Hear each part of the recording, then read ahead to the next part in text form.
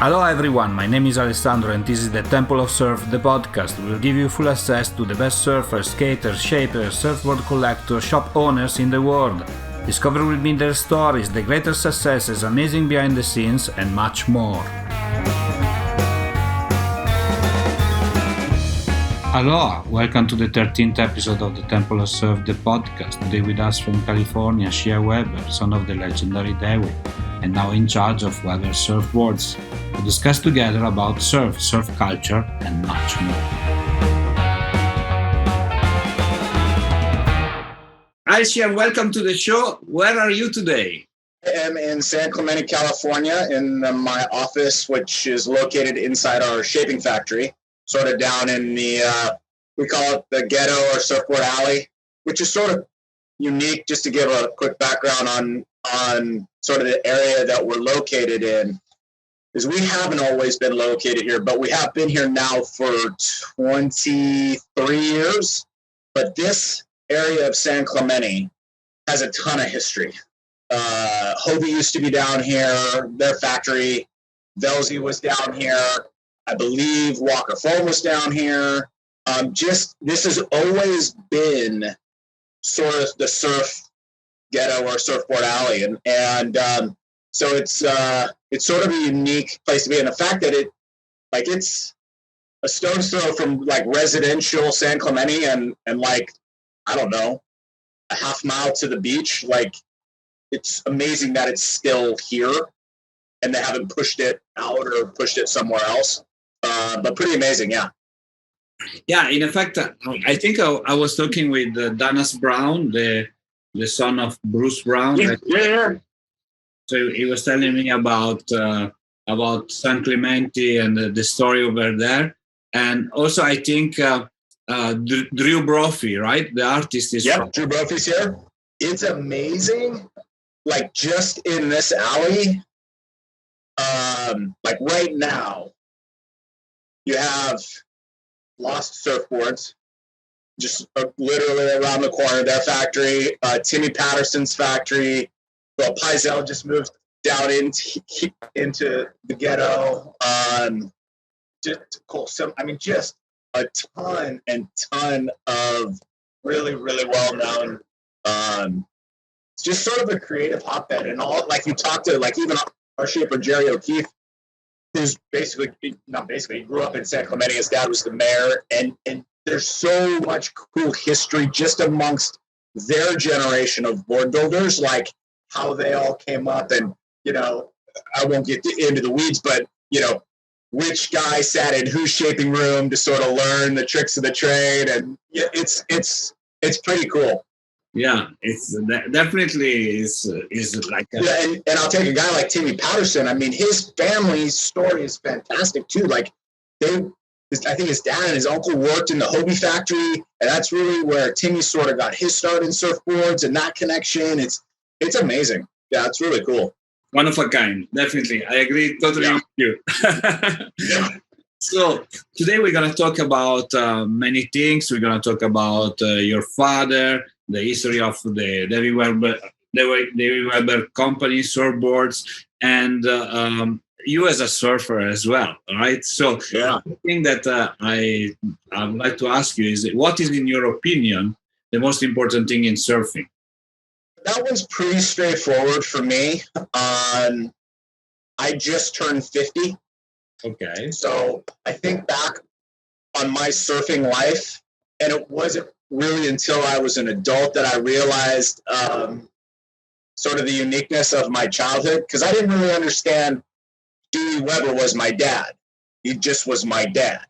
And then later I sort of started to clue in that, oh, crap, this guy's, you know, he did some things before he was a dad. And so I grew up in that era where the surfboard had evolved into basically, like when I was 7 or 8, it was a twin fin had just been sort of came out, and it changed everything. And it was like, you know, the MR and Sean Thompson and all those guys just killing it on twin fins, and then the thruster. And so when I really started surfing, the surfboard was the thruster.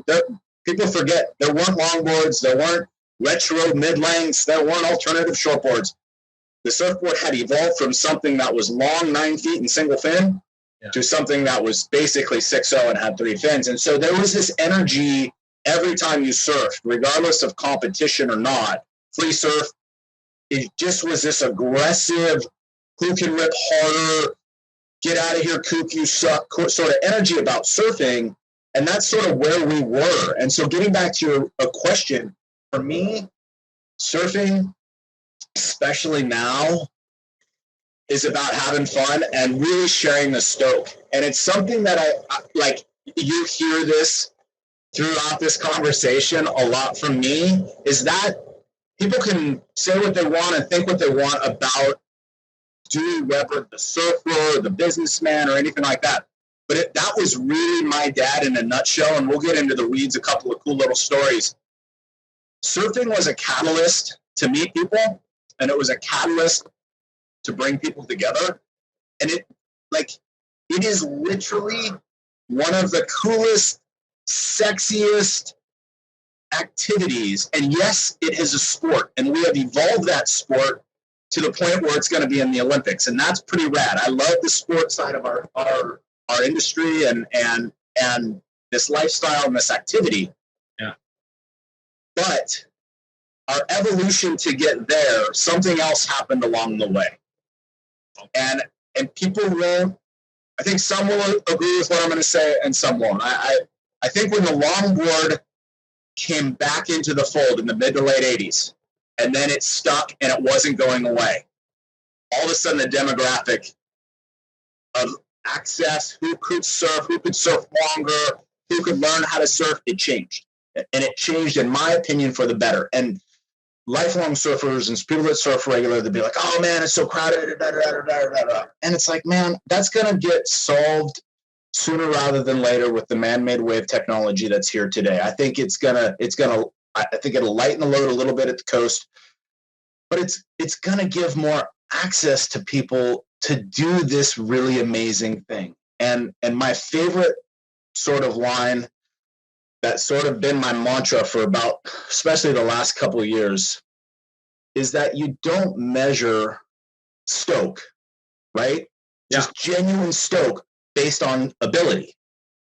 And yet I think we've lost our way in this industry a little bit, because it's always about who's sponsoring who and who the best is, and, you know, WSL and da-da-da. And it's like, man, you know what?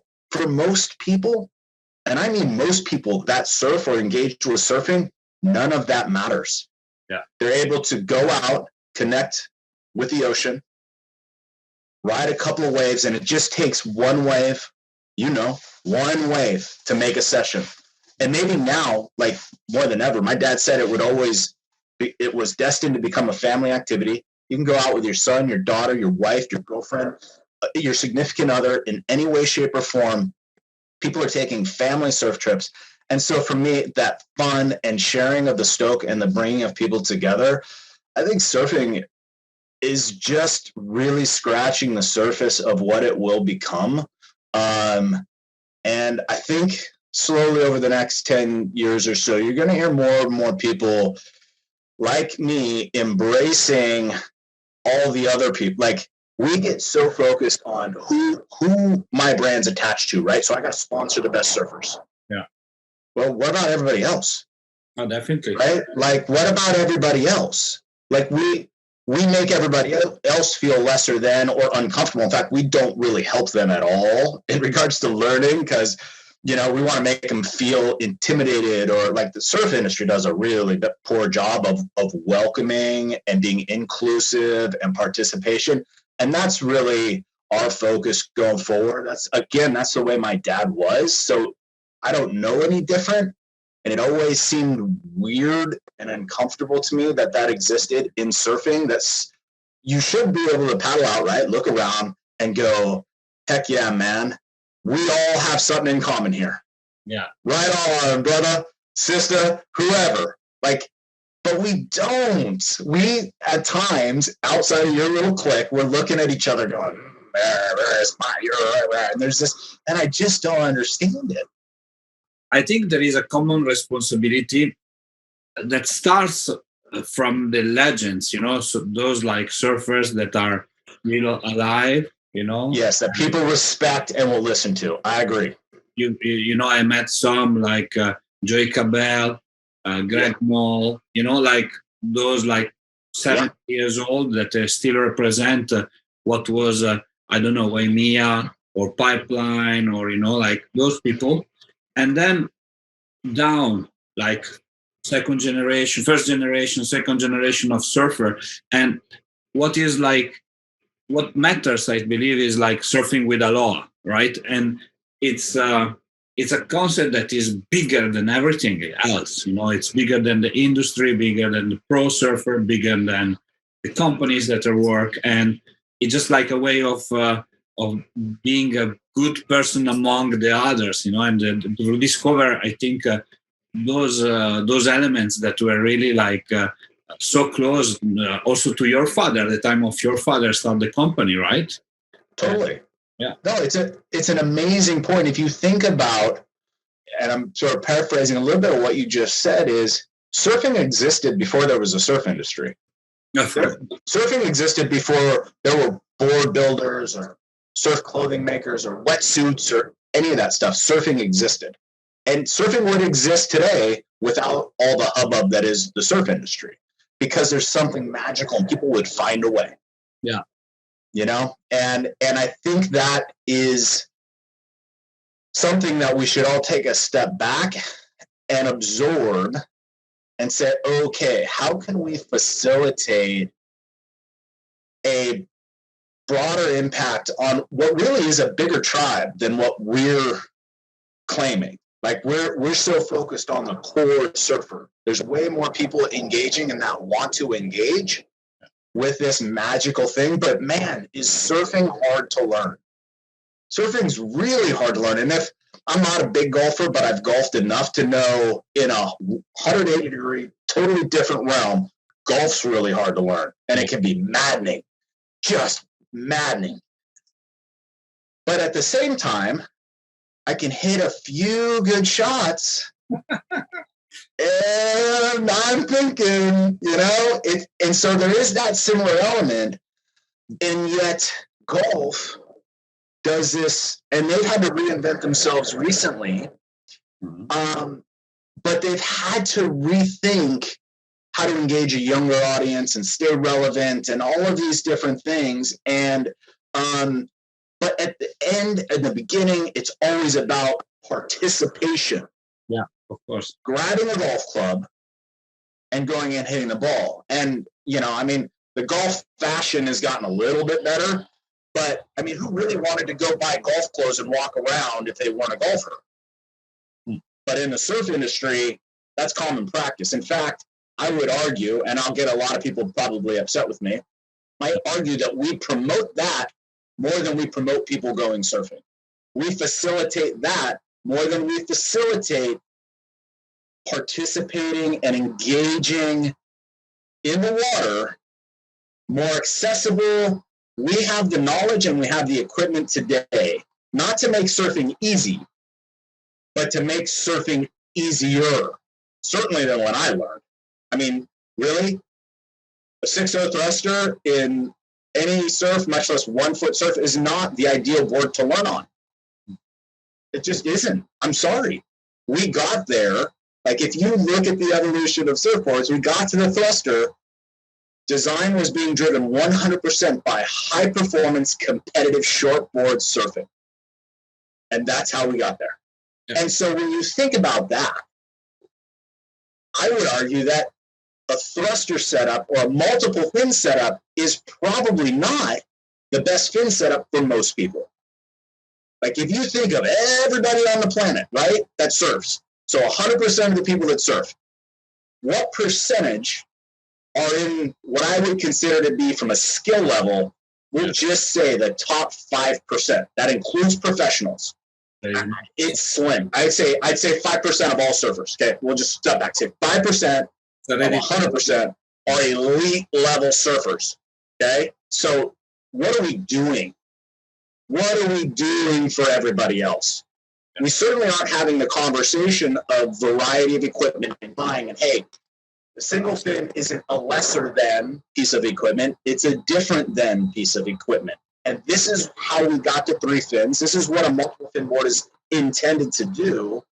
And this is where if you're not doing hard, tight turns and you don't need to get vertical, like that board with those fins wants to turn. It needs to turn. It's fighting to turn. And if you're going straight, man, it's not helping you. And yet a wave storm has 3 fins because the perception is that 3 fins is better. If so-and-so is riding a board with 3 fins, then I should be riding a board with 3 fins. And it's just that little bit of conversation, education that, like, I think we have an audience, man. We have an audience. There's a whole lot of people. In fact, SEMA, our Surf Industry Manufacturers Association, did a study a few years ago. And it really, what it did is it initially identified the core number in the U.S. wasn't global. It was just the U.S. Okay, so if you can compound that globally, it'll really freak you out. So we identified the number of core surfers, and I forget what the qualification was in that, surfing a certain number of times a month. So once they identified that, they took that group out. And they focused on everybody just outside of that group. So that next ring out, how many people were engaged in surf or surf brands in a variety of different ways. Do you know what that number was? No. 70 million. 70 million. Only in US. Just in the US. Wow. So 2.2 to 2.6 was core surfers. Yeah. 70 million was everybody else that's already engaged in surfing. And I feel like we're not going out of our way to engage those 70 million. And I think with studies like that, I think it will hopefully be it was certainly an eye-opener for me. Okay, when I was on the board of SEMA for quite a while, and when I sat and I absorbed that, I really was a head scratcher. It was like, wow. And I'm hoping that it was for a lot of the other people sitting in that room, some of the biggest employees in the world sitting in that room. My fear is that we get so enamored with image as a brand, right? What image are we projecting? It's got to be this. It can't be this. It can't be that. We're going to sort of put ourselves in this box. And when surfing was made up of mostly young male participants, which was certainly my dad's era, and it was the same way in the 70s, and really the same way into the 80s. And this is where I get back to my reintroduction of the longboard. When did that change? And the bulk of surfers not just be 12 to 17 years old. It started in the mid-'80s, and it sort of has manifested out from there. And we, as a surfboard company, and yes, we predominantly build longboards, but we build everything. We have as many 50-year-old Groms as we do kid Groms. And that sort of blows people away because you just don't, like, that's not, right? A Grom's a kid. Yeah. I disagree. I think a Grom is anyone that has that childlike epiphany about surfing, and they're just so freaking excited. And so why can't you be 50 and be a Grom, right? If you're engaging with surfing for the first time, right? What's the difference besides your physical age? Certainly not your spirit. Yeah. And we shouldn't be squashing that. We should be making it, because it's certainly harder at 50 to learn how to surf than it was. Oh, definitely. At 10, 11, or 12, just from a flexibility and and you have more, you just have those little fear issues when you're older because you have life experience and all these things. And what if this and what you overthink? In surfing, you can't overthink, right? So, but there certainly can be that youthful excitement about doing this thing, and to me it's beautiful. It's fabulous. It's exciting. I think our challenge as an industry for years was trying to maximize that 12 to 17-year-old market, right? Because ultimately we knew they weren't paying for the goods. they weren't paying for the stuff. They were dragging their parents into the surf shop, grabbing what they wanted, walking up to the register, and mom and dad would pay for it. Well, now things have changed quite a bit. That still happens. But now what's wrong with mom and dad grabbing the gear that they want and just going up and paying for it? They feel up better in certain cases, and a lot of them, you know, have the means. They have the means. And when you start adding up the cost of a surfboard, the cost of a wetsuit, and then an annual gym membership, listen, my degree is in kinesiology. I worked in health clubs. I'm a big sort of fitness guy. I love staying active. And I worked out in gyms for a long time. But what I'm not, I don't now. I do a lot of different things. I'm not a judge or guy. Whatever works for you, man. Stay active. 100% stay active. And I'm telling you, through this pandemic, a lot of people that couldn't go to a health club or a gym have found surfing or refound surfing. Yeah. And I think it's been beautiful. It's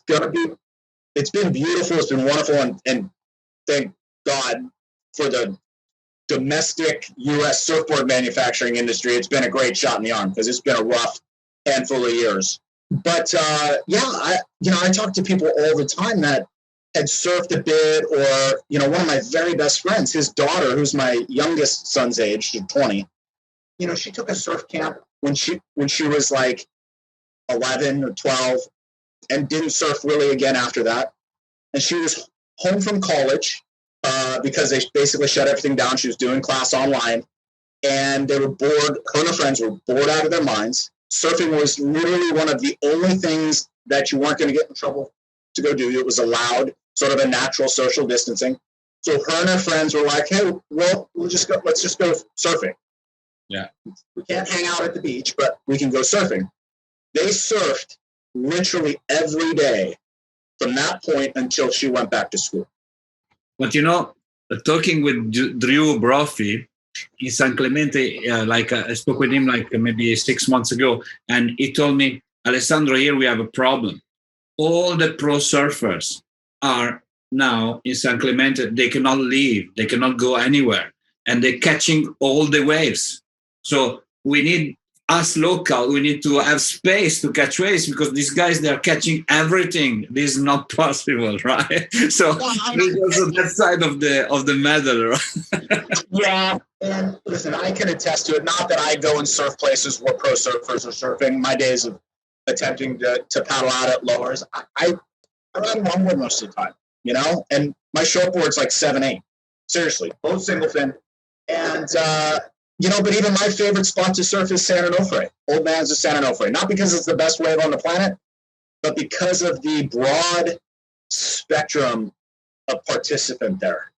Okay. There can be a mom or a dad pushing their 4 or 5-year-old into waves, all the way up to, and this was an awesome story, it's probably 4 foot one day, and this guy was a legit 78, 79, maybe early 80s, dropping in on this 3.5 foot wave like he was at Waimea with a grin from here to here. And so there's this broad demographic. There's beginners, there's intermediate, there are ex-world longboard champions, and it's shifty and peaky, and there's plenty of waves to go around, and it's just the most inclusive place I've ever surfed. Exactly. And that for me, and I typically show up there by myself, you know, my best friends are all in North San Diego County, and most of them aren't surfing a whole lot these days. And it just amazes me. And it's yeah, it can get crowded, and yeah, there can be some grumpy people in the water. I had a guy yell at me one time, just not that long ago, in like April, okay. You know, and so that still can happen. And getting back to the point about that Drew was making, there was a period this summer where you couldn't get into San Onofre because everybody was home from work, home from school. Every single morning, the line started at about 4:30. The gate doesn't open till 6, and you couldn't get in. And so, was I bummed? Yeah, but you know what? Again, I grew up, well, part of growing up. I grew up in Hermosa Beach, and then we moved to North San Diego County. And I loved surfing like just north of Tamarack was sort of where we spent our summers and most of our surf sessions.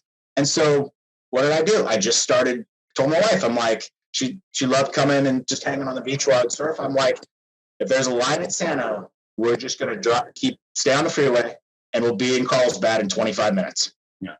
And I had some great sessions down there. It reminded me of how awesome that spot was. And so it got me out of my comfort zone a little bit. And what's wrong with that? New faces. It wasn't overly friendly in the water. You know, they're looking at me like, who's this guy? And why is he at our spot? But it was like surf friendly. It wasn't uncomfortable. And the more I showed up, the more guys were like, hey, what's up? And, you know, being able to surf a little bit, you know, certainly helps with the vibe in the water too, if you know, which is something that's probably got to change a little bit too. Yeah, I mean, the numbers are the numbers, and I get San Clemente is a hotbed for professional surfers. We have literally the premier world-class surf spot in California right here. But this is the thing, right? We said before, there are plenty of places to surf. You know, I get that we have a world-class, the world-class wave in California at Lowers, and a lot of pros have bought homes here and live here in off season.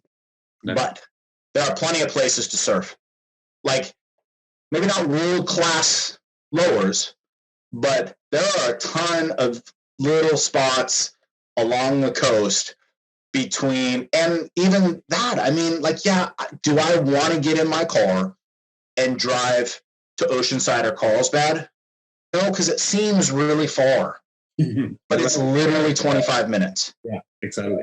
Right? So, yeah, and now, okay, so now it's one more person down there, whatever, you know, there's still plenty of places. Is it our choice A? No, maybe not. Maybe our choice A is, I can't surf there right now. Okay, what's choice B? Yeah. And for me, it was, okay, do I turn around and drive back to Doheny, which for me isn't my favorite spot, and that's going to get me in trouble too, because I have loads and loads of customers and friends that love Doheny. But for me, it just isn't. And so it got me back into North San Diego County, having some fun and doing something a little different. You know, I hadn't surfed down there. I remember paddling out. I'm like it's been 16 years, maybe longer, since I surfed Carlsbad. That's ridiculous, because there's a stretching, like, really from Carlsbad to like Cardiff. Dude, there's so many good spots down there. It's ridiculous.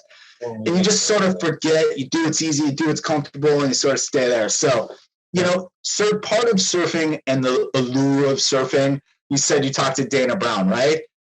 His dad's greatest triumph, and Bruce had a lot, was the endless summer. Yeah. So, like, if we're in a place where you're stuck surfing the same spot and you're mad, like, dude, where's that spirit of exploration, right? Okay, I got to drive 30 minutes, not fly around the world. Jesus, come on.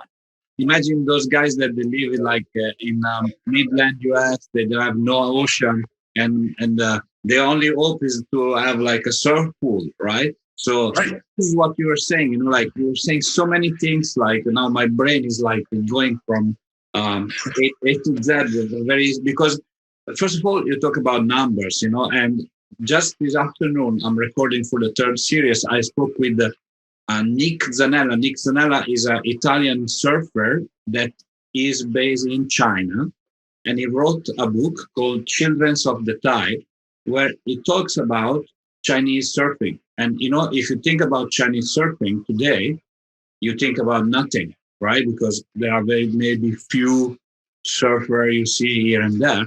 But what's going on, he was telling me that, first of all, surfing in China started at the same time of the Polynesian surfing. So there were like people standing up on board, but nobody knows about it. He's an historian, so he did a lot of research and things like that. And second thing, he told me that now that, because we were talking about surf is an Olympic sport now, right? As it is an Olympic sport, the government of China did what is doing with all the other sports. So he took like kids and said like, okay, now you are becoming surf champions. And huge funding. Yeah, and huge funding. And they started like 20 years ago with that. Yeah. And what's going on? He told me like all these things we don't know, right? Because we live in this Western conception of Australian, American Hawaiian, or South African. But the point is that in like 5 years, he told me, you will see a generation of Chinese surfer that the world never saw. He was sure that they're gonna become like on the top of. I agree. Surfer. Yeah. So these huge numbers, that more than 70 million that you were referring to, but that's culture, like importance of enrooting the surf culture, and not just like a sport where you have to win, right? So 100%.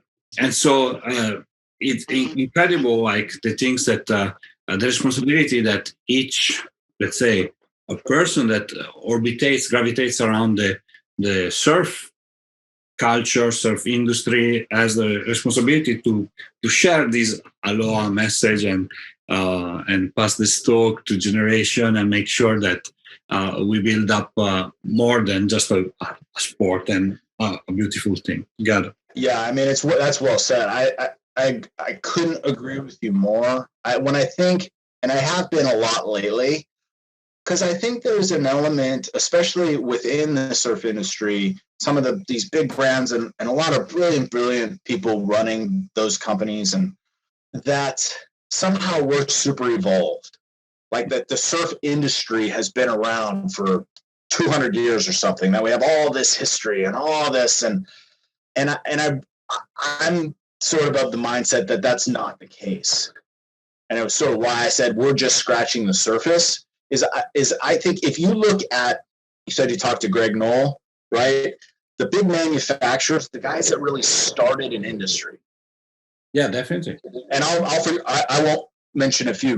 I'll forget them. I'm going to list a few, right? So you had Hobie, Greg Knoll, Dewey Weber, Dale Velzy, and Hap Jacobs were probably before all of those guys that showed them that, hey, maybe there's something here. Ben Copeland, Gordon Smith. So it was 100% predicated on the surfboard and participating and trying to convince kids, but as much kids as their parents, that this was an acceptable way to spend your time as a youth, right? Yeah. And so if that was us as a newborn, right? Yeah. An industry. That was the late 50s and early 60s was the surf industry as a newborn. Yeah. Then you get to the 70s and we're a toddler. Mm. And by the 80s we're an infant. Yeah. And then a toddler, and and then a teenager. And so we're still very young and we're still learning a lot, and we still haven't gone through enough cycles. And so when you look at where surfing was and the aloha spirit of Duke Hanamoko and him spreading the joy of surf around the world, and all of those guys I mentioned and far beyond were all touched by Duke. Yep. They all met him. They all knew him. And you could feel it. Was there an element of grannies and paying your dues and things? Yeah, but that was just more about being a young, again, man in a more male-driven time in society, and giving new surfers the business, or the young kids that hung out at the shop how to do this. It was in most cases. Okay, there's always knuckleheads, but in most cases it wasn't mean-spirited. It wasn't with malintent. And I feel like at some point there was this image that got attached with surfers, or an expectation of what it meant to be a surfer and how difficult we needed to make it on the next generation or youngers or new or this or that. And we ran with it. Yeah. And we ran with it big time. And it was acceptable and it was promoted and so I'm hoping that we're at a turning point where we're this close. In fact, it would have already happened if not for the pandemic. We're this close to being on a global stage. Not that we aren't, but there's a difference between the WSL and surfing being in the Olympics. I think we can all agree to that, right? You're going to get a casual audience that tunes in that would never tune into the WSL. And so what is our message about surf? Forget the big brands or my brand or your brand or anybody's brand, right? Think of surf and surfing as a brand. Are we going to put it into a tight little box? No, you can't. Right? And say, you're only a surfer if you look like this, and if you can surf like this, and if you dress like this. Because I feel like that's sort of what we've been doing for the last 25, 35 years. And guess what? I don't look like that. I don't dress like that. I don't ride that. But am I not a surfer? Am I lesser of a surfer? Am I less stoked? And so these are the things, fortunately for us, the guy that's almost solely responsible for getting surfing into the Olympics is Fernando Garcia. And if you want a good interview, you need to try and get that guy. Okay, Fernando Garcia, that he's the president of the ISA, International Surfing Association. And that guy, he gets it 1,000%. He gets what surfing is. He gets the sports side, but he also gets the lifestyle. He is the most aloha person I know. He's Argentinian, but he and his brother started Reef Sandals many years ago, and eventually sold it. And he's taken over the ISA. And again, just a joy of a human being. And if you could ever, if you haven't already, if you could ever get him with an interview, it'd be a great interview to talk about his lead up and his quest to get surfing into the Olympics. It's pretty amazing. I promise I'm a persistent guy. So I'll yeah. And again, just if you talk to him, whether it's offline or on your podcast, you'll go, yeah, Shea was right. Yeah. He's such a good dude. And man, talk about persistence. Okay. To get surfing into the Olympics. Okay. He'll tell you it took an army, but I'm here to tell you it took one guy leading an army, and at times it wasn't an army. It was just, it seemed like it, but it was, yeah. So I got mad respect for him, not just because of what he's trying to do for the sport of surfing. He understands what that singular event, especially if it sticks and surfing stays in the Olympics, what that will do to our industry. But part of what he was selling to the IOC was to be able to have surfing and a whole sort of beach lifestyle piece going on. If you remember, like, beach volleyball wasn't always a part of the Olympics. You had six-man volleyball.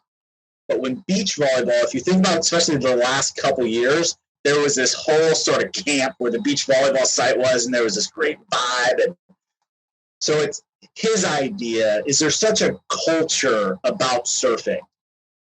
It would have been amiss to him if it was just the act of and the sport of surfing that was being highlighted, that he had to try to sell the IOC on having sort of a lifestyle-y event going on for that, 2 weeks. And I'm pretty sure he's got that all set. So that's exciting to me, because it's not, again, there's the sport, and then there's this whole other piece about surfing that, and not to get too into the weeds or whatever, but we're living in a time where we all, I think, need to take a step back and lead with love, gratitude, and inclusion. Yeah. I'm not speaking to one thing. I'm just saying, if you lead with those three things, you'll be in the right place most of the time. And I think surfing is at this crux where a lot of people won't feel like if they really flush out those three things as how it applies to surfing, I don't know, it may be counterintuitive to what their brand story is. It may be counterintuitive to what their focus is. I think there's a lot of companies that are still sort of doubling down on really, and this is pretty narrow, but that young, mostly male, competitive surf, WSL driven sort of image for their brand. And I'm not saying they're right or they're wrong. That's their decisions to make. And there's a massive market there, because in their mind, that group is driving everything else. Yeah. I don't think that's the case anymore. It changed already. It changed. Okay. We're going to talk a little bit about your company and your father. Sure. We haven't spoke yet about it, but since you are like you told me you are fitness and I asked one question to Greg Knoll, and I said like, how you were training, to surf Waimea at that time. Mm-hmm. And he told me something like, hey, son, I was paddling all day. I had like a peanut butter sandwich, maybe at 2:00 and back paddling. There was no need of gym and all this preparation that they say today. We were just in the water all day long, and that was enough. Yeah. No, you look at those guys, though, and it's a testament to, like, they were just active all the time. People didn't go to gyms. People went on weird diets and this and that and the next thing.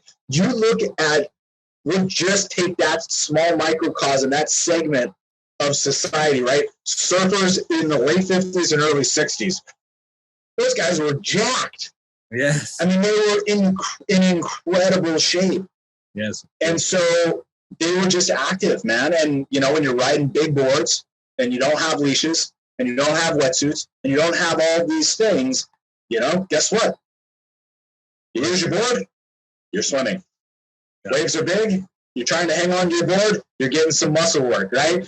Like the training and his point's spot on, man.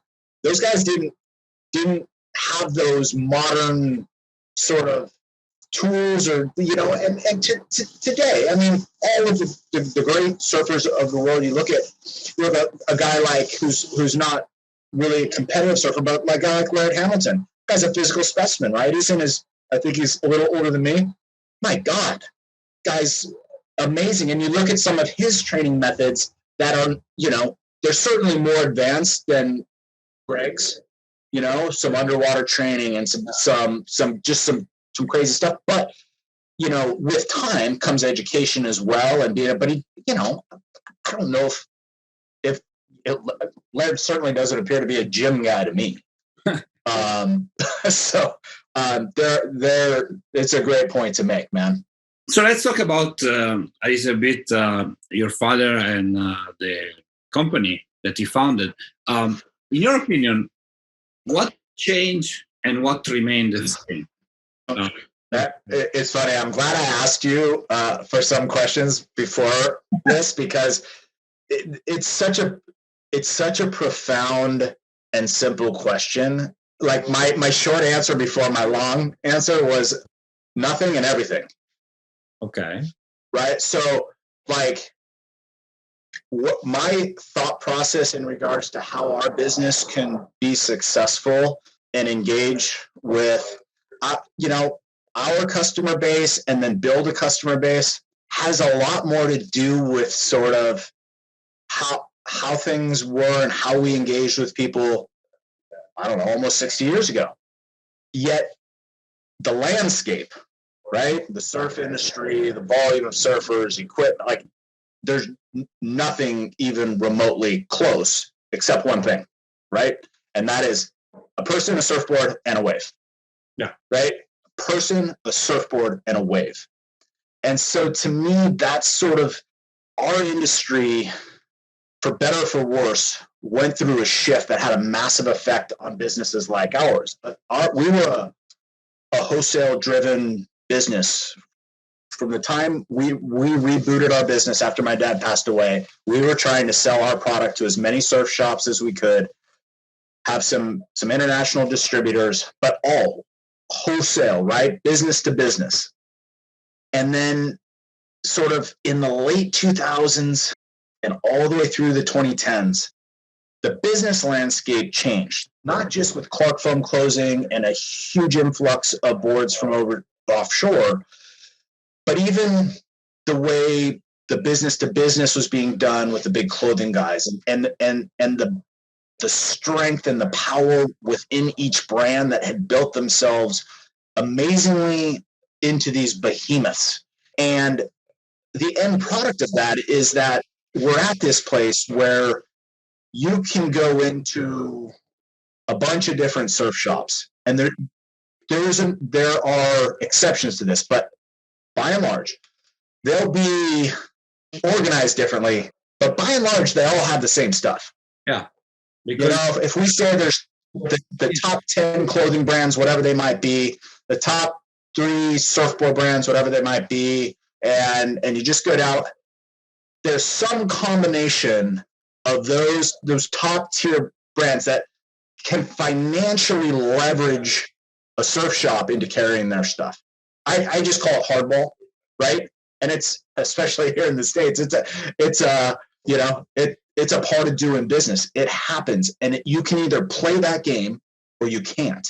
And it takes a tremendous amount of work, money, and foresight to be able to play in that space. And we just got to a point where, dude, if you want our surfboards, you have to pay for them.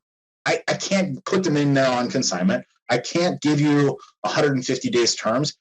What goes into building, especially we're sort of in that high-end custom surfboard business, it costs a tremendous amount of money to what we've got invested in one board, much less 10, 12, 20 boards is crazy.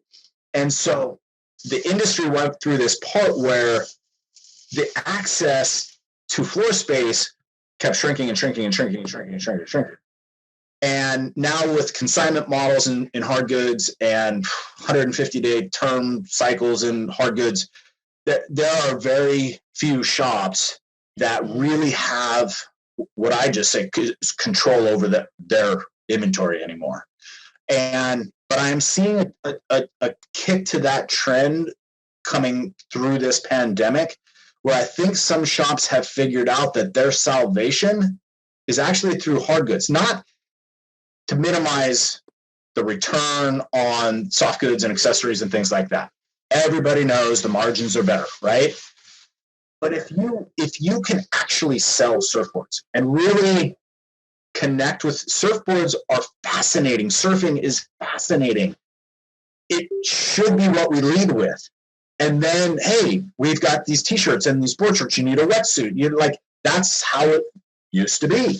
But now we lead with the other stuff, and we push surfboards into a corner, and we sort of pull a drape over them. And not until somebody says, do you have surfboards, do we actually take them over there. And then we probably don't have anybody in that store that could really size up what that user needs. And then the inventory on the floor is probably not even right for most of the users. If we're talking about the 70 million that are not an elite level surfer, what's their floor inventory look like? If it's made up of what the pros ride, then there's your answer. And so I believe the perceived value of surfboards would go up exponentially if we did a better job of educating how they're made, both domestically and abroad. And we took the time to sell the hard good, like golf clubs, like bikes, like cars, like skis, snowboard, and just name it. I don't know why we're at this point. The surfboard is so fascinating, and how it's built is so amazing. I don't understand why this isn't. So that's sort of, we got to a point where we just started to say, okay, does that mean if we can't sell our stuff to surf retailers, does that mean we should just fold up shop and close, right? And I kept coming back to this thing going, no, we have a lot of customers. We have a lot of customers that, come to us directly, and we have a lot of customers, but we had trained them to go to this retailer or that retailer in their area. And so our quest at that point was to say, hey, and this is all happening like 2009, 10, 11. If you think about where we were from a social media, from an internet standpoint, things were starting to fester and create some incredible opportunities in regards to how you can engage with people globally because of the internet and social media. And so that sort of shifted my thinking and our thinking a lot. Was, okay, we think there's enough people interested in what Dewey Weber Surfboards is about and what our message is and what we're slinging to have a business. I mean, not the biggest business on the planet, but to have a business. And that can be a growing point or a launch point for what we really want to do. And so that's really what we've been focused on for, the last 6, 7, 8 years was building our mailing list. Build every customer that contacts us, we keep and we take that information. We just relaunched our website, and that's sort of our driver. Our future, for better or for worse, whether people agree or they don't agree, is our direct to consumer business. It will be in, clearly e-com, but also brick and mortar. And this is my other thing is people want to say, it's easy to say that brick and mortar is dead or it's dying or it's going to go away, that Amazon is killing that, but it's not. It's evolving. Yeah. And if you think that you can get away with doing business the way you did pre-Amazon, then you will die. You will go out. But Amazon's opening retail consumer interfacing stores. So that tells you brick and mortar is not going anyway. Brick and mortar has to be about experience, about connection, about education. You have to give people a reason to come in and see you. You have to give them a reason to get in your car, and you have to value that time. Time is like the biggest commodity, maybe more so than money. And so if you don't value that person enough to say, man, you had get a thought in your head that you needed this and that it might be better to come see me as opposed to buy it online, so much that you got in your car, you drove however it was that you needed to get here, and found parking, maybe paid for parking, wherever you are, and you came in and asked us for help. Yeah. Like if you don't value that, then you should, like in my mind, you shouldn't be in retail. You should close down. Definitely. Because just having kick-ass product isn't enough anymore. You can buy everything that's in a surf shop online, including surfboards. I still believe that a surfboard should be difficult to buy online. I believe that there are surf companies that are trying to sort of dummy down the surfboard and dummy down how you size someone up for a surfboard. How much do you weigh? How tall are you? Okay, you should ride this. The volume. Really? The volume. I use the word volume generically. You'll never hear me throw out a liter as a way of talking about a surfboard. I think it's the worst thing. I think it's the right thing to talk about volume, okay? Because volume is, okay, does a board have less or more, right? And volume, depending on where you're at in your surfing life, yeah, more volume may be important to catching more waves, and less volume may be more important to higher performance or whatever it might be, right? But this thing of liters is crazy because those liters and how they're distributed can drastically change the performance of that surfboard, or how that board floats or paddles or whatever. And like, again, my not to sort of be a jerk about it, but we only got there when CNC machines started to become more prevalent. And I'm a big fan. My dad used milling machines back in the late 60s.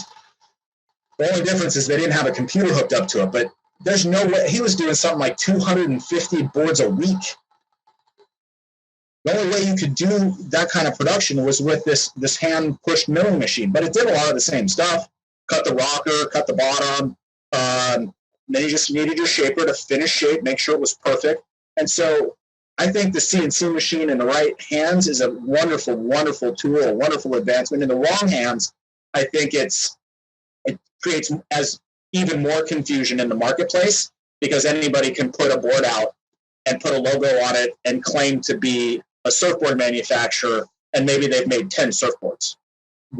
Them being a good surfer doesn't qualify them to be a surfboard manufacturer. You want to be a surfboard manufacturer, go down and get your business license first.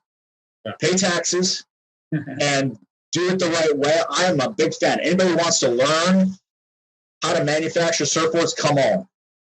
We need more people that really embrace the craft, but just that sort of, we call them Instagram shapers or whatever, where they just go down to a company with a CNC machine and get a stock blank and finish it, and then they rip so they can go out and surf it. They have all these followers, and all of a sudden they're a shaper, right? So I want to tell you two things. So first of all, I really love your answer about everything changed and nothing has changed. yeah, You brought me to now we're focusing to final clients. But this is what your father was doing. Your father was having final clients at the beginning. Before, like let's say the surf shop started to pop up and maybe also big chains, that it was only a relationship between a shaper and a surfer, right? And yeah, even through a surf shop, there was the shaper, the surf shop owner, and the surfer maybe also talking together, right? Because it was partnership. It was something that all the good shake of hand, it was not like consignment and all the terms you talk about that are dominating today business, not only on surf industry, in any industry, right? And so I like the fact that because at the end, 60 years after, come back again to the final client. And the final client is the one that drives the sales. The final client is the one interested to know about your surfboard, about your surf history, where you come from, which kind of people are working for you. And it really goes into the deep of who you are as a company or as a person or as a brand. And I think your reply was excellent, And tomorrow I will be releasing an episode with Hank Warner from San Clemente. nice. Yeah, And he told me like something that happened like in the 90s. He told me, Alessandro, we went from a moment where the manufacturer, like the big companies were ordering 20 surfboard and the manufacturer were delivering only 12, 14. And so because nobody could, deliver so many surfboard, and so basically you had to get what was available. And so there was space also for the smaller producer because those smaller producers were filling in the space of the big one that were not able to deliver so much. sure. Maybe he was referring to Gordon and Smith. Maybe he was referring to a company like your father, like 400 more per week and things like that.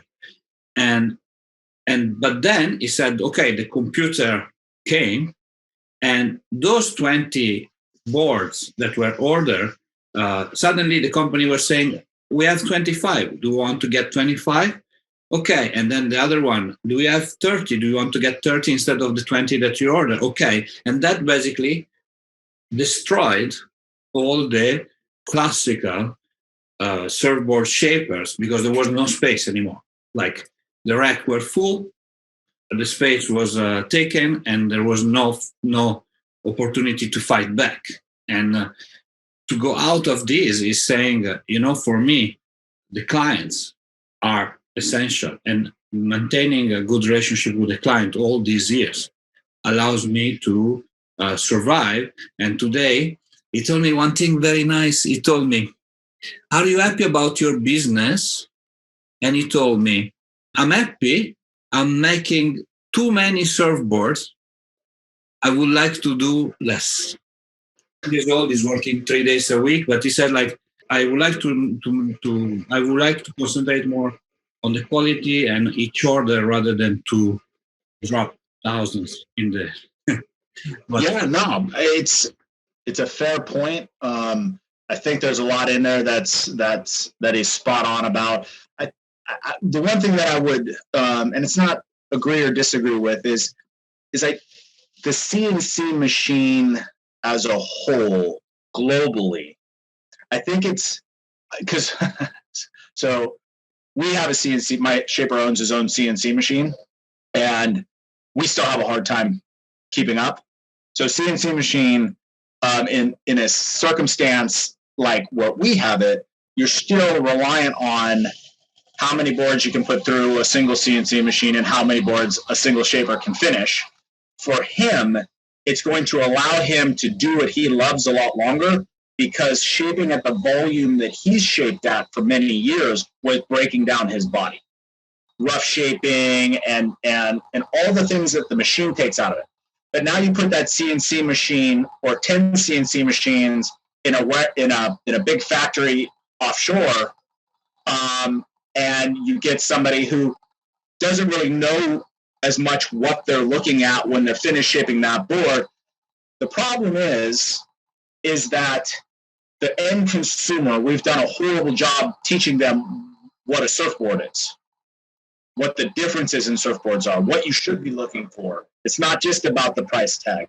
And so that has now influenced, and to Hank's point, it's those extra spaces that were there for the taking are no longer there, because you're not building boards offshore if you're not building a whole lot of surfboards and selling a whole lot of surfboards. Those factories will just convert to building something else if you can't keep up with volume. And that volume has to go somewhere. That's really what hurt the hard goods industry in the post-Clark years, when you had some big companies building offshore. I'm not going to name names. Everybody knows who they are.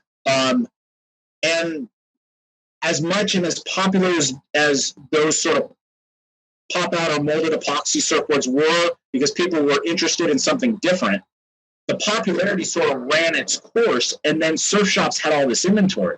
But those factories kept building. And some of those factories and those businesses started offering terms that surf retailers just had never seen before, and they couldn't pass up, so the shops got even fuller. And so that was the start of really what Hank is a part of what Hank is referring to. And I think that that your point about the surfer, the shop owner, the shaper, and that being a connection and a partnership, it's what we've really lost sight of.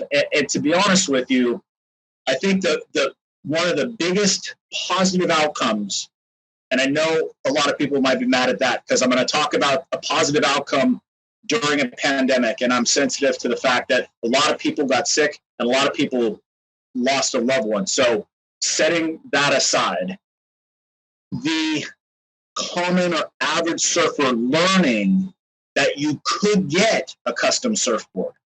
We had trained everyone outside of the core.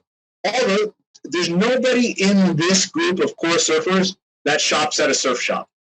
Yeah. Outside of maybe some young kids. And they certainly aren't buying their surfboards from a surf shop. Let's just put it that way. They know where their shaper is. Okay? So everybody else out here is being trained that a surfboard is a surfboard is a surfboard is a surfboard is a surfboard, that they're all created equal. If it sort of looks like this and it's got some fins on it, it's a surfboard. There's a huge part of that 70 million, again, talking here domestically, that had no idea that if what you needed wasn't on that store's floor, that you could go order it from somebody. Yeah. And so that's been a gift that wouldn't have come otherwise, because coupled with more people going surfing through this pandemic, it's all created some supply chain problems for a lot of the imports coming in, just because of pandemic restrictions and things like that. And so it's slowed down the volume of stuff coming into country from offshore. So it's put a greater demand on custom surfboards and handmade surfboards here in the States. And so that's sort of special. Having customer look you in the face and say, wait, I can get whatever I want, and it can be whatever color I want. And what, really? Like, the fact that we're this advanced as a society and we're this far along and we know what we're doing and surfing has evolved, the fact that the average person doesn't know you can order a custom surfboard is an atrocity. Yeah. Like, there's nothing outside of having to wait for it, right? Yeah. There is nothing more sacred and more special than ordering your very own custom surfboard. Mm-hmm. Like, can you imagine walking into a golf shop and asking them to build you some custom shells? I know you can do it on some level, custom skis or just a custom bike. You're like, dude, like, well, there's a ton of information out there for the consumer to know they can do that and to really geek out and be a gearhead. But we don't do that with surfboards. No, sorry. We want people to believe that they're generic, that they're easy to buy online, that they should only last 2 or 3 months, that they're disposable, but yet they're, I mean, you think about this, right? One size fits all, right? Right. So as surfboards evolved shorter and lighter, we were almost still 100% PU, and the only way to get them lighter is to, thin out the foam and then glass it lighter. And so the lifespan of a surfboard reduced drastically because of that. Now that's not as hard of a sell when a surfboard costs $250 or $300. But what does a brand name shortboard cost today? Sure, it's in close to $800, and I think some companies that are importing a large number of surfboards and pitching a technologically superior product are selling even more than that. How can you convince the consumer that going through almost $1,000 every 3 to 6 months is acceptable? Yeah. Like it's going to be way easier that when a high-end longboard costs $2,000, dude, I can sell that all day long. Because if you take care of that board, dude, you'll be able to sell it 15 years from now and make back a good chunk of that money. And it will last you, unless you just treat it like absolute dirt. Yeah. It will.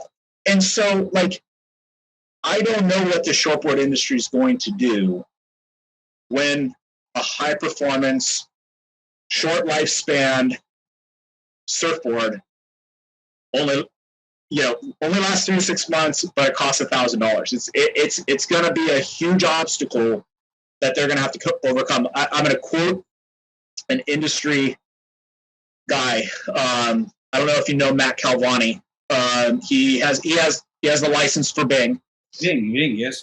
Yeah, he would be another probably good guy to talk to. I'm trying to. Yeah, but Matt had a great perspective. We were at a trade show and we were talking about, toxicity and chemicals and eco-friendly was a big hot topic. This was post-Clark closing and a lot of EPS and epoxy and greener resins and foams and all this stuff sort of come into play. And he said, I'm trying a lot of that stuff and it's just not as good. There's a reason we've used PU and polyester for all these years, especially in building, high-end longboards. There's just nothing better. But he said, you know what? I make an extremely environmentally friendly product. And I'm like, okay, you use the same materials we use. What are you talking about? And he said, listen, do your boards end up in a landfill? He said, ours don't. And that light went on in my head. And I'm like, dude, he's spot on. Even after the surfing lifespan of, we'll just say a Bing or a Dewey Weber is done, that board's being repurposed. It's being hung on a wall, hung in a showroom, turned into a chair, a bench, and so there is an element to this where if we want to get into the weeds, and I'm certainly not going to do it, about eco, right, then the lifespan of the products we make certainly has to become a part of that conversation. And it just is something that it's gonna become not just on an eco side, but on a cost lifespan sort of ratio. It's gonna become an issue here sooner rather than later. I see shortboards getting to that $1,000 marks relatively soon. That would be probably within 12 months, 18 months. I will not be surprised to see, some Merricks, some Firewires at $995 if there aren't out there already. Well, probably they are. Yeah. Yeah. Okay. I would imagine when we tried shipping boards to Europe, to Japan, and it is a big challenge as well because to ship from here, now not only are there the duties and the tariffs, but there's the freight charges and all of those things. So, again, if you're educating your consumer base properly, you may be able to sell a high-end longboard that has a slightly elevated price because of those factors that they will understand, the freight and the tariff. But my God, a shortboard. So this is why a lot of shortboard companies are building in Europe or import, or building even where they can finish their product at such an inexpensive amount that it makes cost and all the rest. Yeah.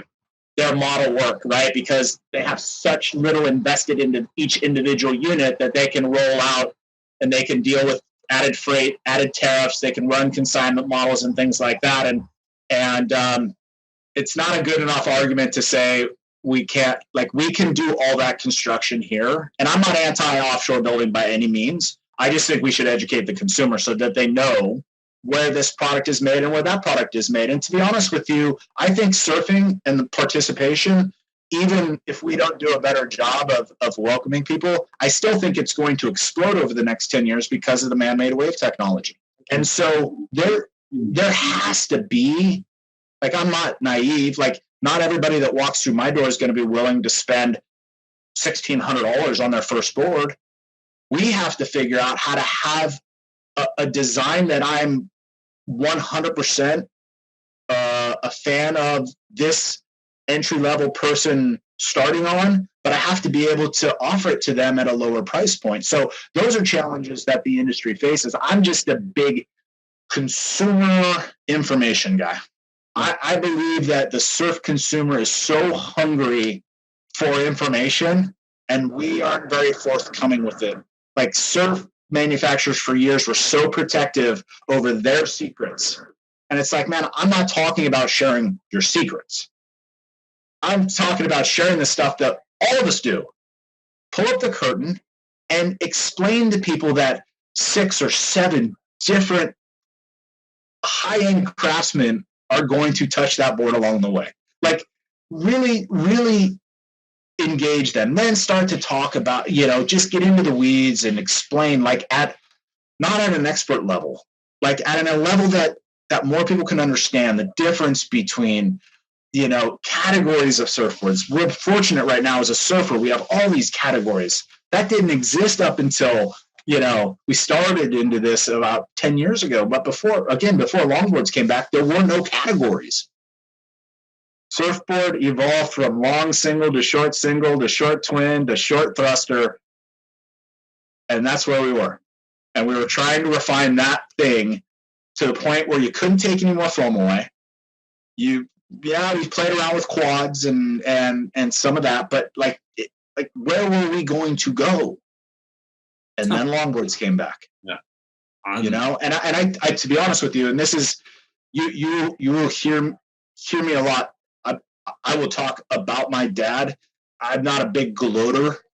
My dad was super humble, and people don't realize that because they saw this larger than life, charismatic people person. My dad was so humble that I didn't know he was Dewey Weber the way other people knew him until I was a young adult. He never talked about it. He never said, and as we get older, we like to talk about the glory days. My youngest is an elite level soccer player, and both me and my wife love to talk about our glory days as athletes and this and that, and just not in a cocky way, just as a he didn't talk about it at all, and he had his surf business. I used to hang out at his shop, but again, it was just my mom and dad owned a surf shop. My dad never talked about it like that. But what I will say, going back to my point about this change when we were stuck on that sort of performance thruster, in 1981, a couple of team members convinced my dad, whose business was struggling, my mom and my dad, convinced them to host a surf contest. The caveat was that it was going to be 100% surfed on longboards. Now, if you think about this, in 1981, nobody would be caught dead with a longboard. The fact that you could get that many people to a surf contest that all still had a longboard was crazy. But the idea was to invite all of the sort of players from that period, 60s, that all grew up riding longboards, that had any familiarity with longboards. So, you know, Mike Doyle and like just the whole slew of guys, you know, Robert August. Like if you look at the contest entry sheets for those first, I think he ended up running it for like 7 or 8 years. If you look at the contest entry sheets, it's ridiculous. You would think that you were looking at a guest list for some big surf event. Yeah. Like it was ridiculous who showed up. And so that event was so successful the first year that it blew up. The following year, you had Miller Lite was like the sponsor, and ABC covered it, and so that went on. And now, in hindsight, when you look back, it sort of was the Kickstarter for longboards starting to be accepted again, or that people started to say, "Hey, you know what? When it's 1 foot and mushy, it's more fun on a longboard." Like, duh. You know, it's certainly not fun on my potato chip 6.0 thruster, especially as we start to get older. So I give my mom and dad, I mean, I could talk about my dad in the 50s as a surfer, him and my mom in the 60s as a company all day long until I'm blue in the face. But when you think about 1981 and what, like, and the risk from a purely branding perspective, I mean, I tell people all the time, they're like, "Oh, you guys build longboards." I'm like, you don't understand. The shop I grew up in didn't have longboards. My dad was a surfboard manufacturer, and the surfboard of the time were shorter boards. And so, no, we didn't build longboards. Not when I was a kid, because they didn't exist. If you were trying to stay relevant, which any of the 60s manufacturers that were still in business, they were trying to stay relevant, man. And so to take that risk and say, okay, we'll do a longboard contest, man, I just think it was it was pretty cool. And then you look back and it's like, okay, yeah, I mean, maybe I'm sure at some point longboarding would have found its way back. But I think that was a big jump start to it. It's really, really cool. So I'm having a lot of fun. This interview is amazing. In fact, we went a bit off script. You know, we're almost 1 hour and a half. So I will ask you one more question, and then we're gonna finish with a Q&A. What is the legacy that your father left? You know, there's the easy answer is the brand. You know, what does it take to legitimately have a bona fide brand?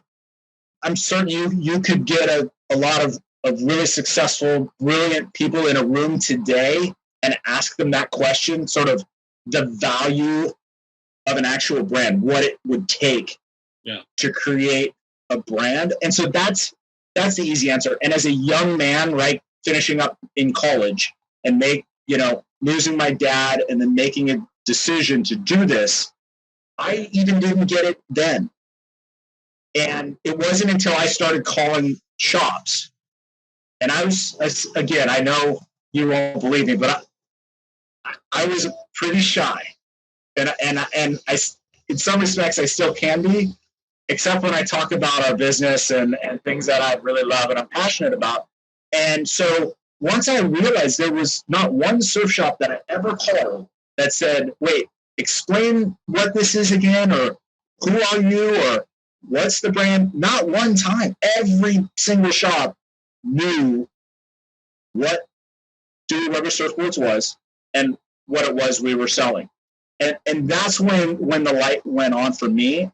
But beyond that, there's a lot that I think my dad was about that was the reason that logo, in my mind, became a brand. And it's really more about him, his ideals, who he was as a person, what he stood for.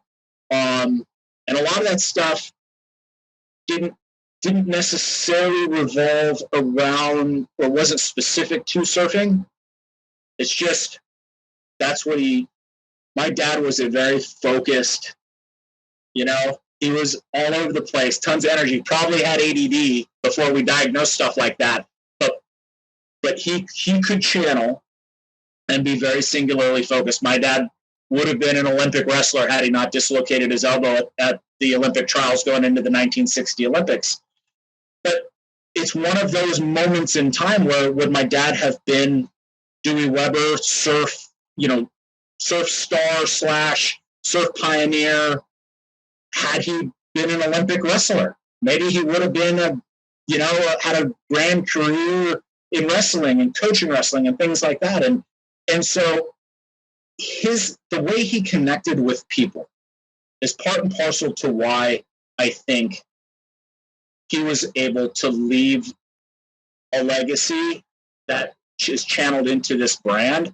And I think the best way that I can describe it is yes, my dad, I mean, you can throw a lot of names out from that era, especially when you're talking about manufacturers. I mean, not a lot. There were only so many of them, right? But the Greg Knowles and the Ben Copelands and the Hap Jacobs and Dale Velzies and the Gordon Smith and Hobie Alter, outside of Greg making a name for himself as the big wave rider, okay? That was Greg's shtick.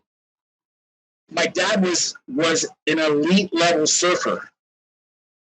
All the guys that those brands I just mentioned sponsored, that were their star team riders, the Donald Takiyamas and the Phil Edwards, and that was who my dad was competing against.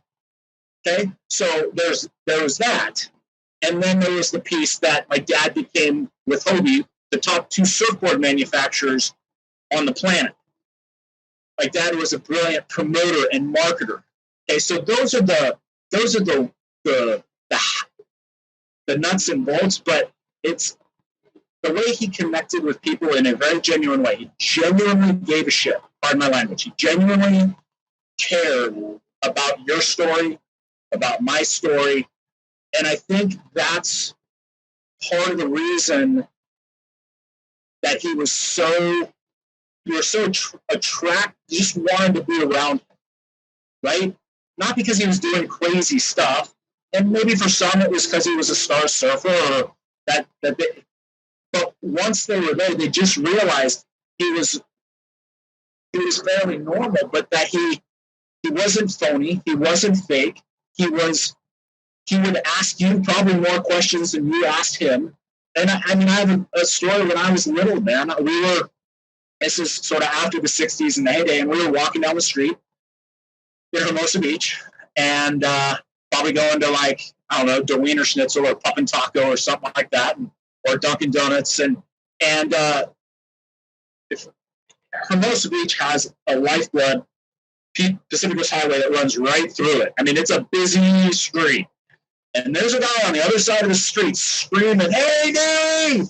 And my dad sort of turns, and I sort of turn, and this guy starts running across the traffic, man, and people are screeching and honking, and he gets across the street. He's like, man, he sticks his hand out. My dad shakes his hand, and guys, oh my God, dude, it's so cool. And he goes on, he tells him some story, probably about a board that he had, or this or that, and the guy was just so jacked, and my dad was so engaged, made the time, and I'm a little kid, and I don't get it at all, and I'm just want to go get my donuts or my hot dog or whatever it was we were going to get, and I'm tugging on his shirt.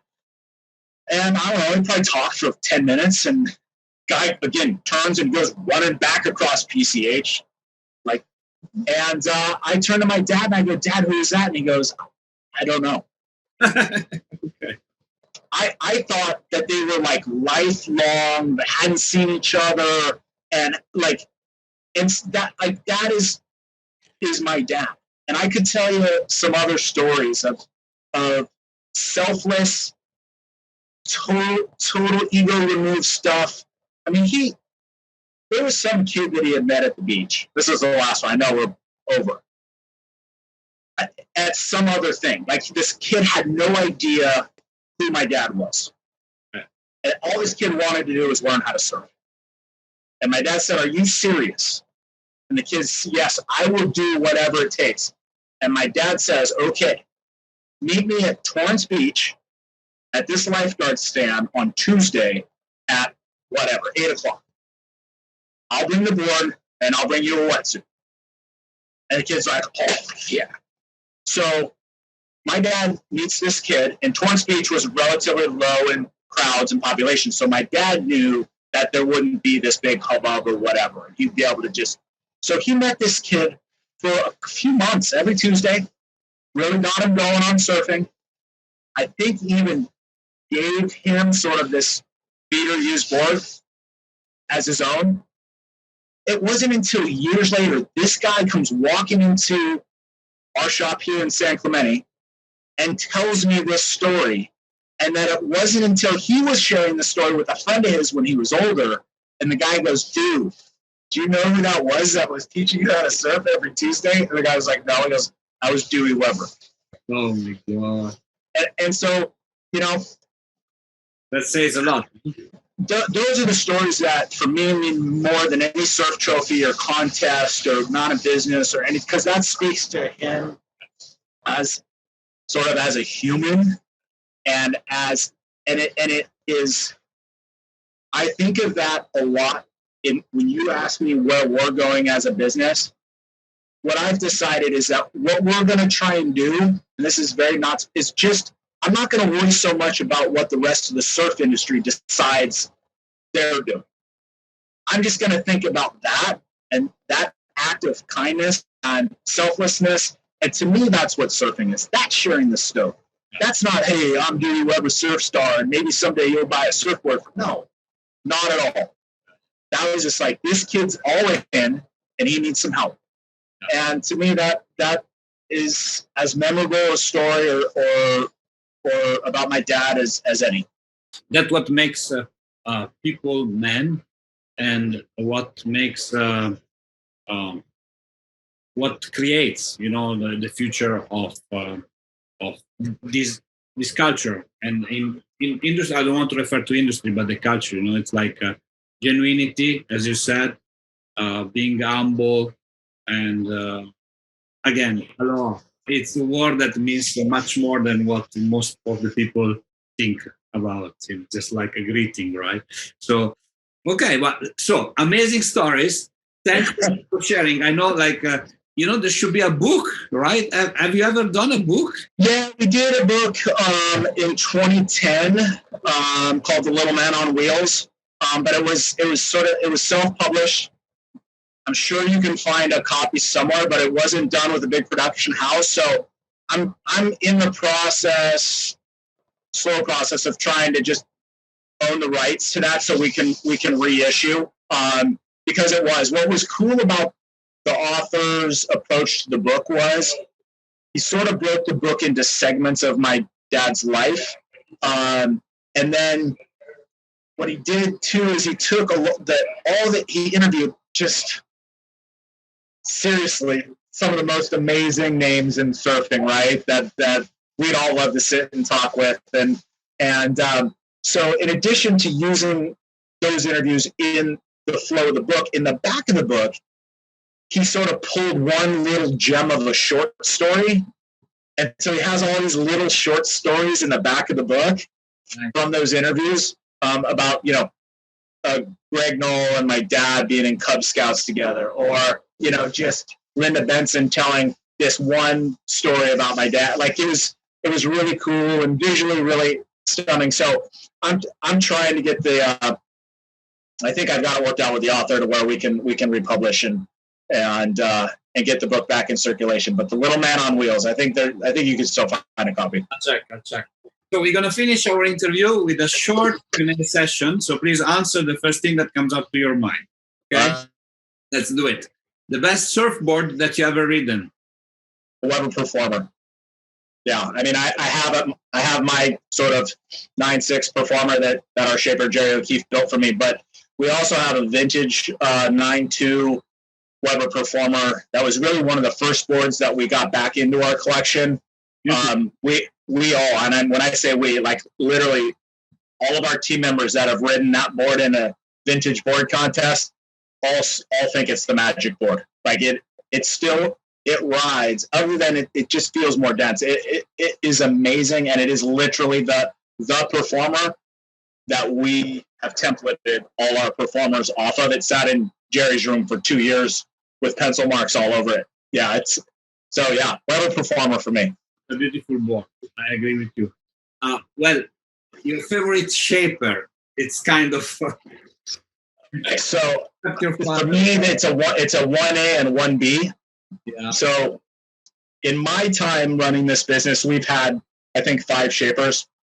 And again, I have mad respect for all of them, but Jerry O'Keefe is our current shaper, and he's been our shaper for 23 years.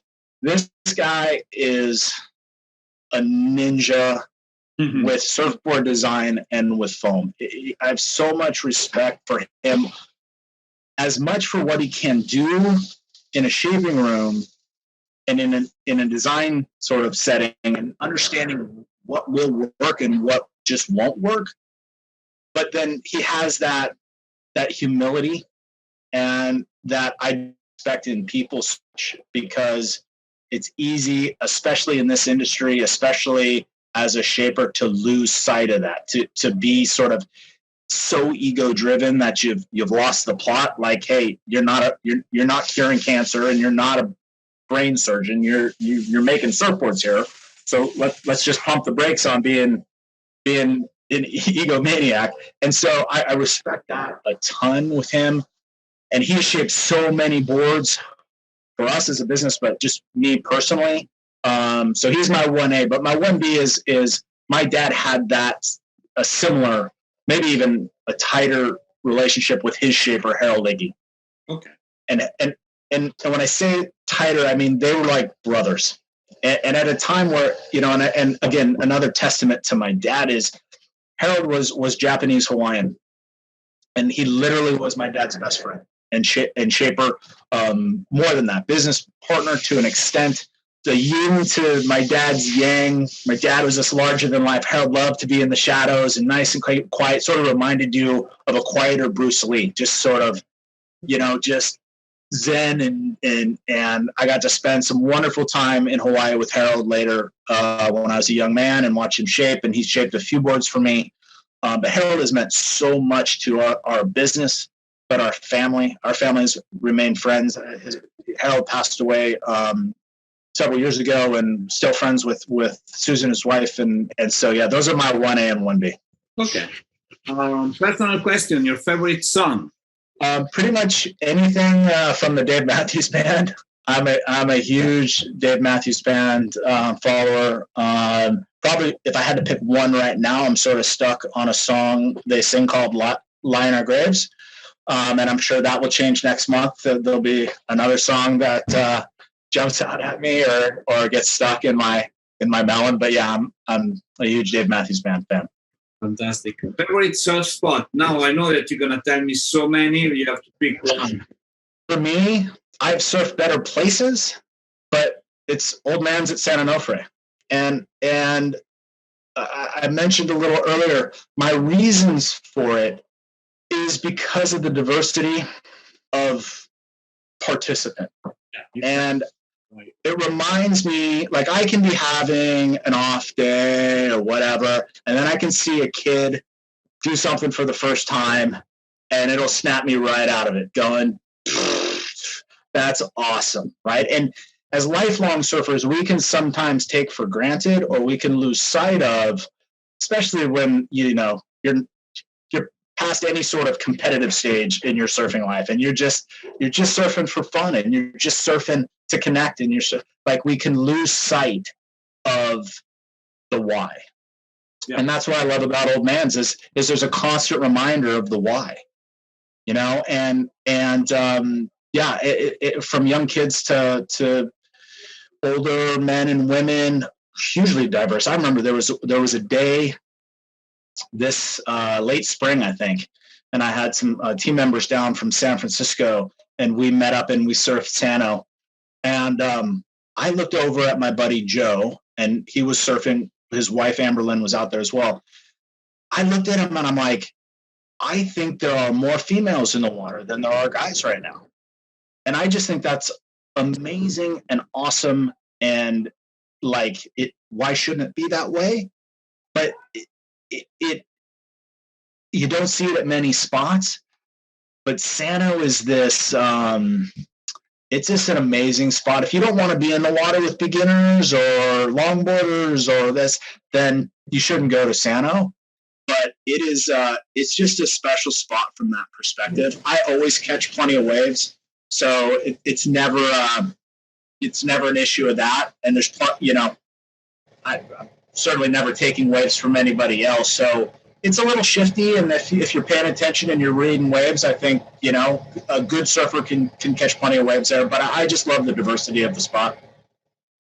Your favorite surfer? My favorite surfer. Okay, so I would get struck by lightning if I didn't say my dad. Okay. Obviously, and I still get goosebumps when I see video of him surfing, but especially when I come across some video footage that I haven't seen. And somebody, I think a guy from Spain posted something recently, and it was some video footage, maybe from Jamie Budge, that I hadn't seen before. Started off with a little bit of longboard footage. Again, was new to me, so it was cool to see of my dad surfing on the East, but then it flashed to my dad on a shortboard, which I had never seen. Oh. And most people would just never even think of that, right? Dewey, Weber, all those guys were old farts. They rode longboards. But you got to remember, they didn't ride longboards. They rode surfboards. A surfboard just happened to be long, and then they sort of helped that evolution into that shorter equipment. So it was so cool to see him on a shorter board, and you just got why he was so passionate about boards going shorter. Was the hot dogger of his generation. Not a hot dogger. He was the hot dogger everybody was trying to be. And at a time where when he first broke onto the scene, that wasn't a style that was really genuinely accepted. Like, it was, a lot of people loved that, the Hawaiian and the Phil Edwards, man. Oh my God, king of smooth, just, oh my God. So everything is so hard, looks so easy. But that wasn't my dad. My dad was like big arm movements and soul arches and head dips and just a state of perpetual motion. No one had his speed moving up and down that board.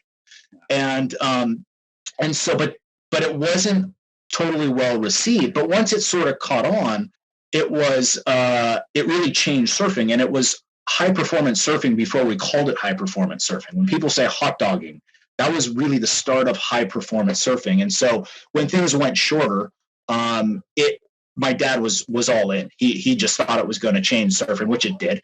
But I'm gonna throw a couple other guys in there real quick. Okay, so I'm a product of the late '70s as a kid and early '80s, and Kern was the man. Tom Curran had so much style on a shortboard, still does, that he was sort of our guy. And then, the guy I have mad respect for today, especially now as an adult, is Joel Tudor. I personally think, and I hopefully surf history will remember him for being one of the great surfers of this generation, which is saying something because we're so focused on high performance shortboard surfing.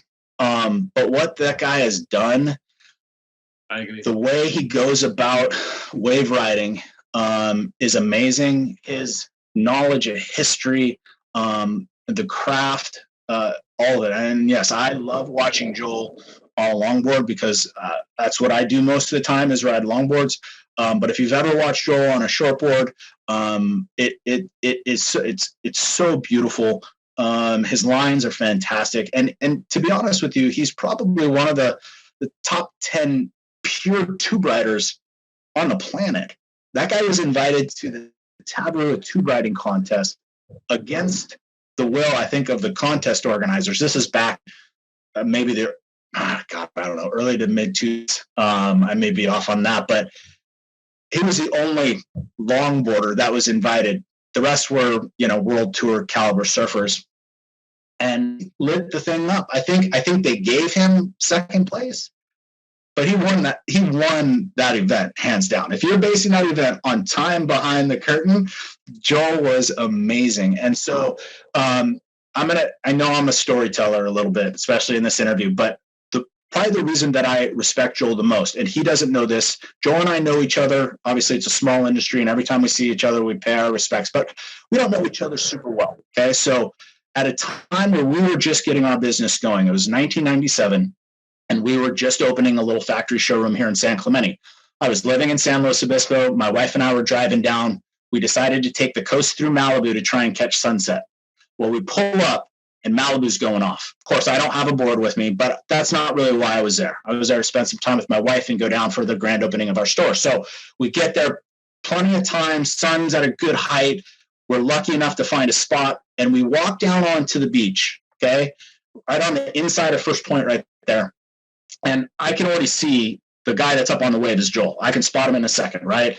Backside at Malibu, just beautiful lines. And so as the sun's setting, Malibu's like 6 foot, and Joel too, inside at First Point. We watch him take 5, 6 waves, and he was so smart with his positioning. He was just sitting to where if somebody had fallen or they missed a wave, that he was in a good spot. He wasn't out with all the hubbub trying to like bang rails with anybody. And so the sun has just gone down, light's starting to lose. And so he's on what was his last wave. And I don't think he went to the nose one time. Okay. And Joel's an amazing nose rider.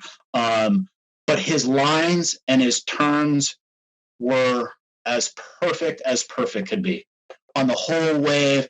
And he rides it all the way towards the pier. He steps off onto the sand and he grabs the nose of his board. And this is, Joel's not a kid anymore. He's a young adult. There's no cameras on the beach. And he grabs his board and he comes running up the beach. And there were not a lot of people sitting there like my wife and I were. And I know for a fact that he didn't know it was me. And he's just looking.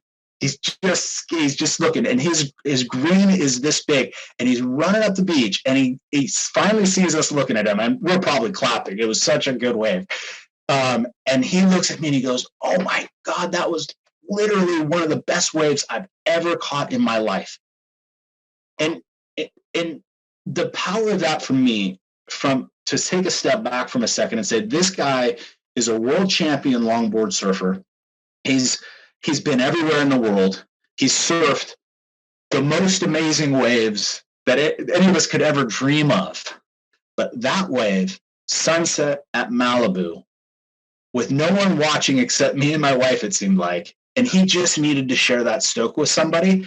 So one day I will share him cross paths, and I'll thank him for that, because it was, we came for a sunset, and man, did we get a whole lot more. It was really an amazing thing to see, and just that genuine stoke that is what surfing is about, And I don't know, it was a cool moment for me. Definitely. The last question is a little bit unusual. We want to know your best relationship advice. Now, my best relationship advice. Well, it's funny you should ask. My wife and I are about to celebrate our 21st wedding anniversary. Wow. So, I think it's what I'm going to say too, it probably would go as much for any sort of lifelong friendship, a long-term business relationship. I think these elements are super key. First is mutual respect and a sense of humor. Right? So I don't think you can get anywhere without a genuine mutual respect, and then being able to just laugh about serious stuff, laugh about nonsense, be goofy, and not be afraid to be sort of exposed. But that sense of humor is huge. I think trust and gratitude are two other things. Being able to trust each other and to have gratitude for who that person is and what they bring to the partnership, the relationship, I think is super important. Honesty and compromise. I think anytime you're in a relationship for an extended period of time, there has to be some level of compromise. We're all such very individualistic people then the element of the way men think and the way women think and all of those things is we're just different, and not different bad. It's just we're different. And if you don't take a step back and accept that, and I think that can cause some trouble, you know. And then the last couple things are passion and compassion, right? So being able to stay passionate about the relationship, about what you're doing together. When you have kids, there's all kinds of other challenges. In a business where you have employees, there's all kinds of other challenges. But staying connected to the passion, and then the compassion, because we're all going to go through stuff in life. Yeah. Make no mistake, man. We're going to get punched in the face. We're going to get kicked. We're going to get whatever. And a partnership is about being able to be there, maybe even when you're not in a great place, or even when you have something going on, that if your partner needs you, that you're there, and being able to have compassion for that, I think is super, super important. And then just not sweating the small stuff, man. I know that's a cliche, but it's so true. We can get hung up on the littlest things that really are sort of inconsequential, you know, in the big scope of life and trying to stay happy, you know?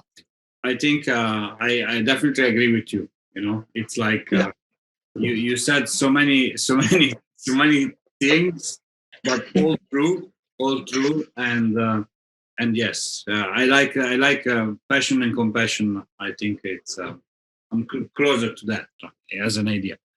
Well, thanks a lot. I think we should do another episode for anytime. You said like.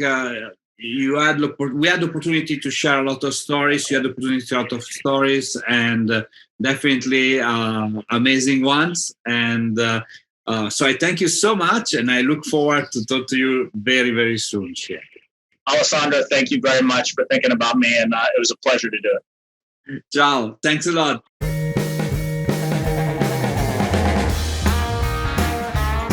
Hi, it's me again. I hope you enjoyed our today's episode. If you want to know more about us, please follow www.thetempleofsurf.com and all our social media. Mahalo!